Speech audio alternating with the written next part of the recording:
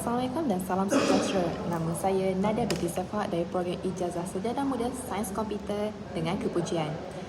Hari ini saya ingin berkongsi pandangan peribadi saya tentang satu soalan yang sangat menarik dan penting. Dalam konteks perkongsian ilmu, antara kepercayaan dan keadilan, yang mana satu lebih utama? Secara peribadi saya, percaya bahawa kepercayaan adalah asas dalam perkongsian ilmu. Tanpa kepercayaan, sebarang bentuk ilmu yang kita kongsi tidak kira betapa hebat atau bermanfaat tidak akan diterima dengan hati terbuka. Ilmu bukan sekadar fakta dan data.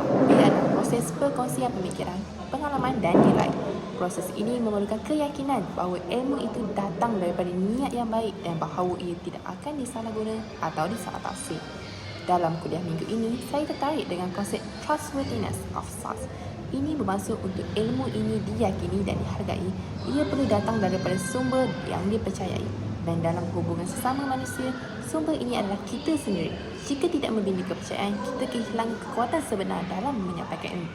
Contoh paling mudah, saya pernah dalam satu kumpulan kajian di mana ahli kumpulan enggan berkongsi nota kerana takut dikhianati. Suasana tidak produktif. Semua bekerja bersendiri. Tetapi apabila seseorang daripada kami mengambil inisiatif untuk buka ruang perbincangan secara jujur dan tulus, barulah komunikasi dan pemahaman meningkat. Kejadian kumpulan itu bukan sebab semua orang sama rata, tapi sebab adanya kepercayaan. Namun begitu, saya juga mengakui bahawa keadilan adalah nilai yang penting, terutama dalam memastikan akses kepada ilmu tidak bersifat diskriminatif. Keadilan memastikan bahawa semua orang mendapat peluang yang sama untuk belajar, berkongsi dan berkembang. Tetapi saya tidak berpandangan bahawa tanpa kepercayaan, keadilan sukar dipercayai.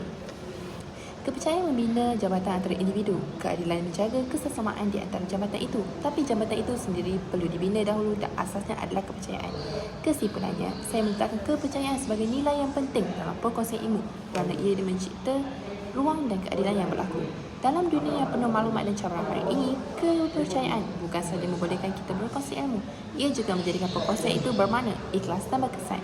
Terima kasih atas peluang untuk saya berkongsi pandangan ini. Sekian, terima kasih.